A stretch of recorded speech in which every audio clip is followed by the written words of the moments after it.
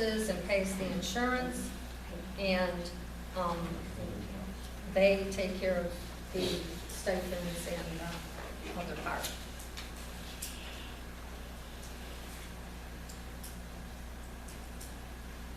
Jeff, you can take it from here. Well, what we proposed last night, I can't remember, I don't have it with me tonight, but what we proposed is for 84 hours a week, using our own paid staff. We were gonna call one a chief, which would work 12 hours a week, is $17. We were going to use one as an assistant chief. I believe it was $15. You got it?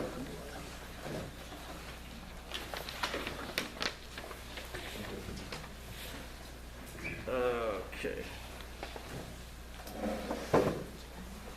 What we were going to cover was 84 hours a week.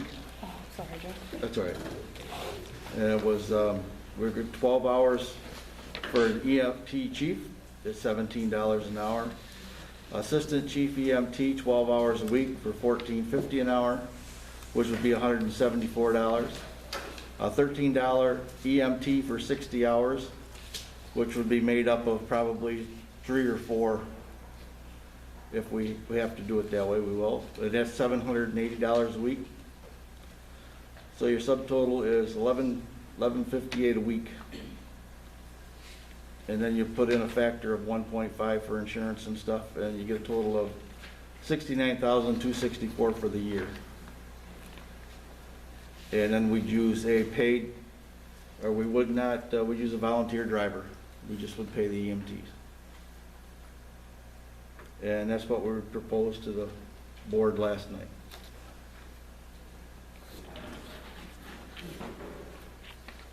Judy, the stipend that Angela is paying, the $50 and the $30 EMT or driver, that comes from revenue from insurance, not tax dollars? Right, they exist solely on billing because they do over 1,000 calls. So tax dollars are not involved for the next No, time? and they said that the stipend is okay with their attorney as long as they 1099 everything at the end of the year. For those rates, you fail to include payroll taxes, you fail to include retirement, because those employees would be eligible for retirement. And once they become employees, they are no longer volunteers and covered under workers' comp. Nobody's calling. These would be people that would be hired by the town. They would Exactly. not be volunteers, obviously. They Right, would so be they would be paid. changed for. And there workers' is a compensation. factor in there for, we already pay the workers' compensation for everybody. That's based on your ambulances, not on employees for ambulance service. It's different versus volunteers versus paid employees. That is correct. We have paid employees now. We have paid staff. We've always had paid You do staff. not have paid ambulance staff. Yeah, we do. We have 2 EMTs every 12 hours, 5 days a week, who are paid $20 an hour each. But they're not our employees. They're not our Well, they're staff leagues, but we do cover them with workers' compensation because They that's also covered by carry the their own ambulance. workman's comp. So that cost of $69,000 is incorrect. You will need to add at least 10% to that, at least.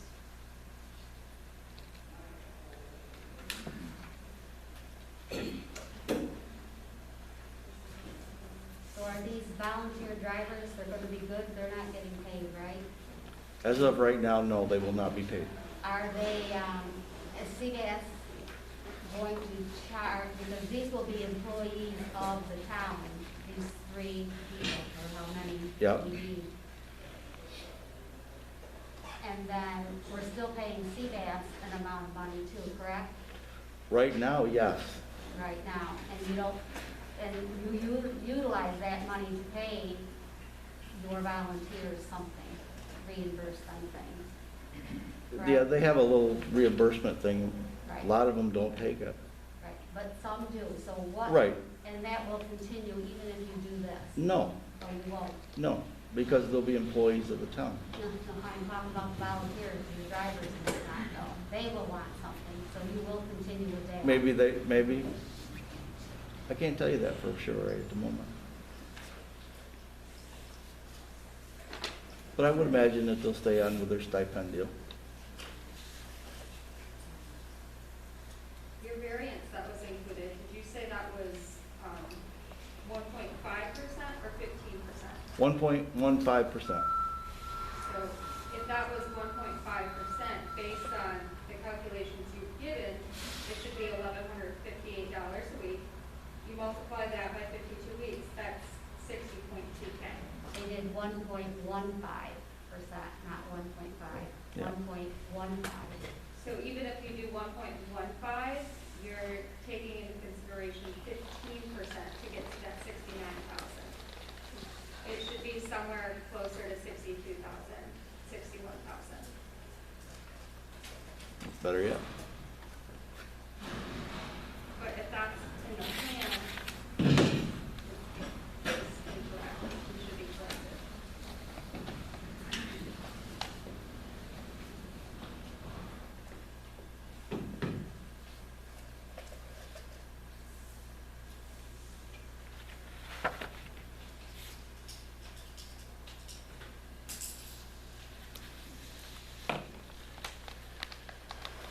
Is this still going to be just a temporary to get us through a stopgap for the end of the year that was discussed last night, or is this going to be for the future? Or are you going to put it back out to bid, or are you going to? It would be for out the future. This would become the permanent.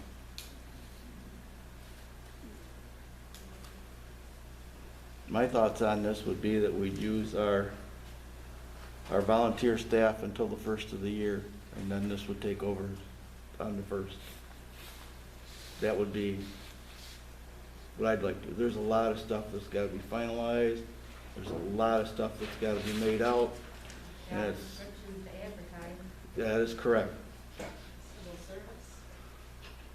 I don't think it would be civil service. Nope. Because it would be part-time. Part-time. Like our police department, which is under New York State Consolidated Laws.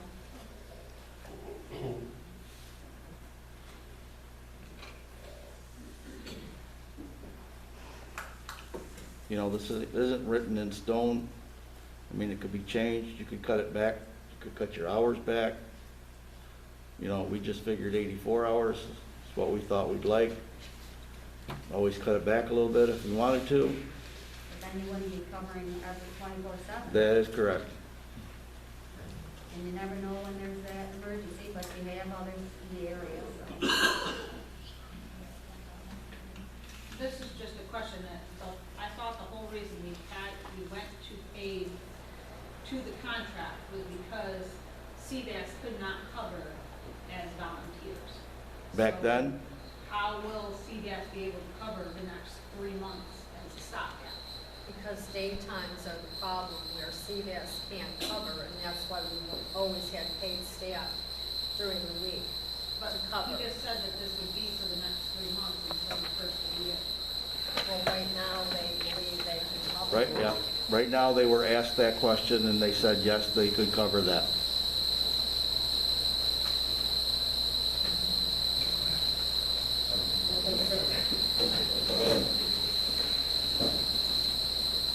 So just to answer that, due to the whole COVID situation and everything going on, there is a handful of EMTs that are currently on layoff until the foreseeable future.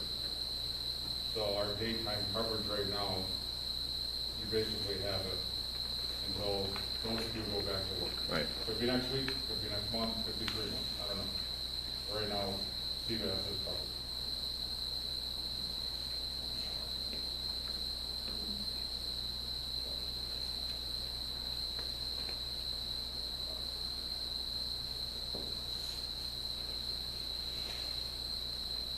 Either way, we need, my opinion is we need to move forward with it. We need coverage. This end of the county has almost none. there's a chance to expand it. Whether you vote on it tonight or not, we need to move forward with at least making the job descriptions, getting them posted to see what kind of applications we even get in.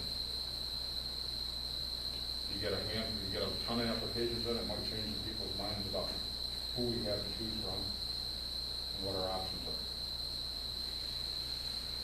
But at least getting applications out isn't guaranteeing you're doing anything. And we're moving on. Doesn't guarantee we're moving forward with anything, but at least shows us the interest of our community and our surrounding communities that have EMTs that would like to come work here part-time.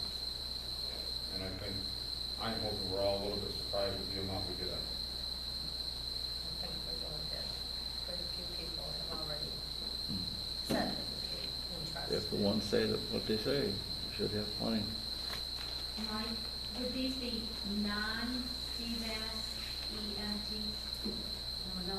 You don't know, the way the proposal is written, Nancy, is that if you are a paid EMT and you're also a member of CVAS, you cannot volunteer within a 24-hour period of your shift. That's the current way it's written, but obviously, like Jeff said, this is why I was looking at the first of the year, because there is a lot to hash out, there's a lot to talk about still.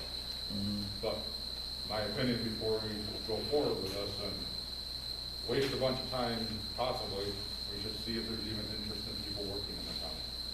We should make the job description, put it out, and see what you get back in for applications. And go ready for a possible hire.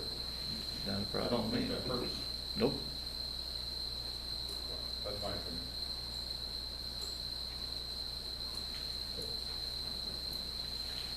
In the meantime, we're depending totally on CVS volunteer stuff too.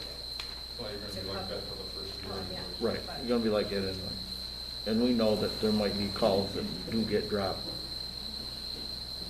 But everybody has them. We're not alone. We just won't have to go to Fremont or Naples or, Why do you think that, Jeff? well, they're long ones. Sometimes you might not get a volunteer to take that one. I don't think we're gonna get But with the all- volunteers we got, they take everything, so I shouldn't even said that, but They're taking these calls. we got a lot of dedicated ones. Do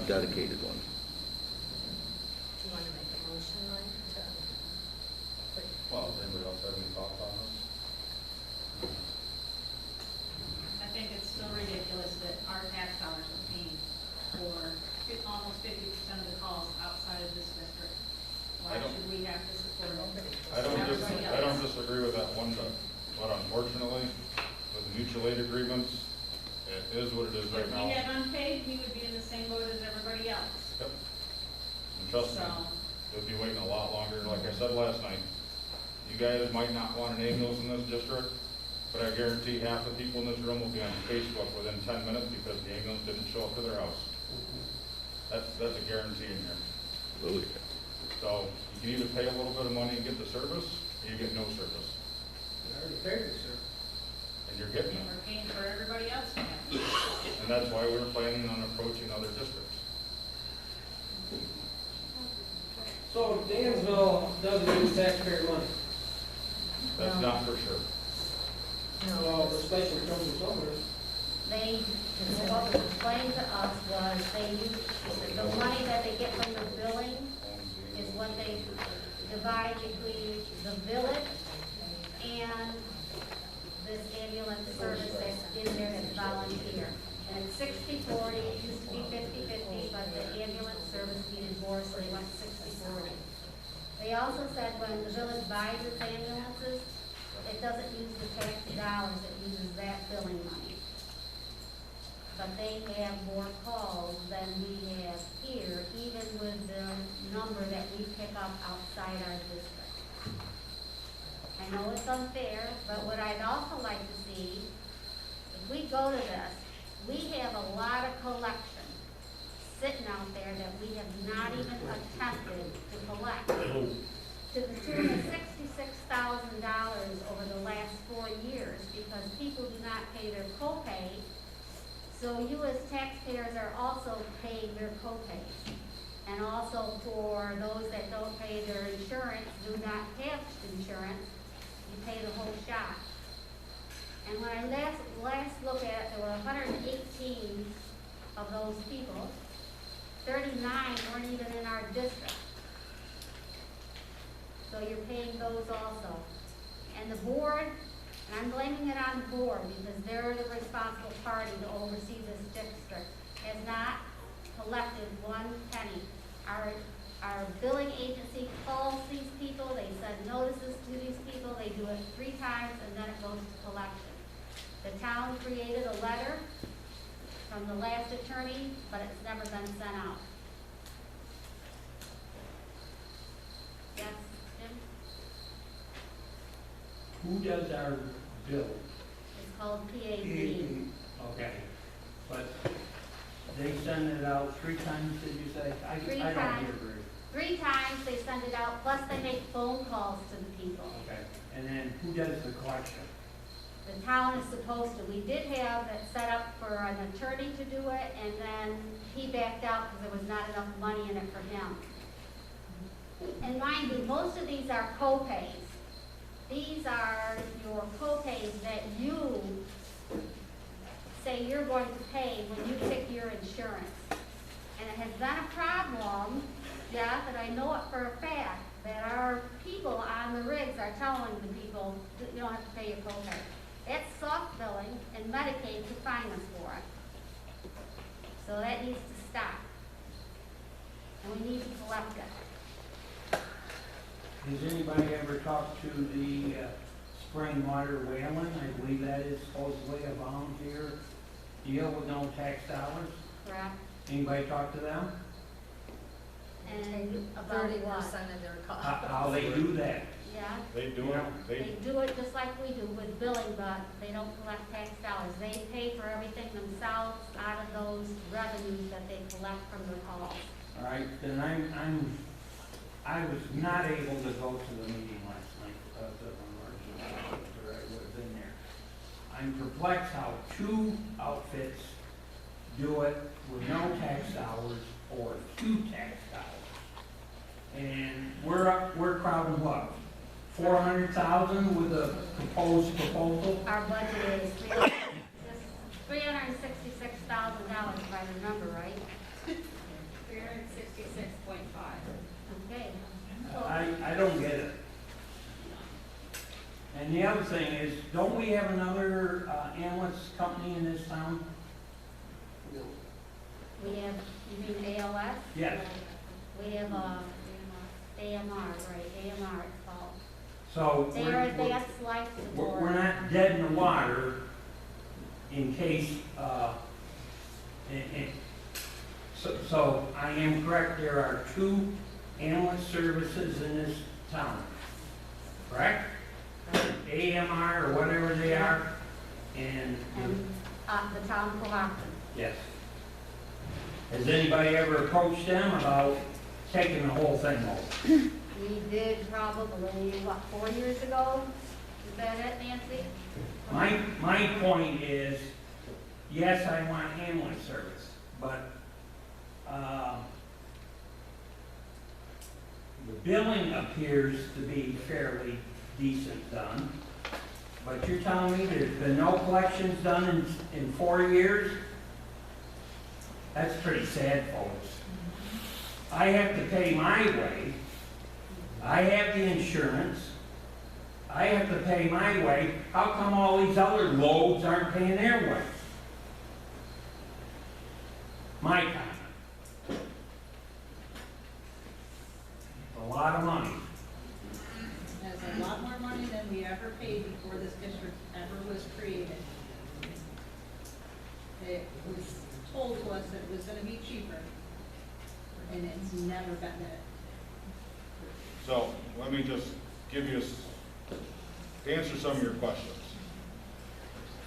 Originally, the district was supposed to be set up with Cohocton and Wayland. That would have made the district big enough to be able to run this tax-free, straight-off billing money. hold on. The district fell apart because Wayland pulled out and refused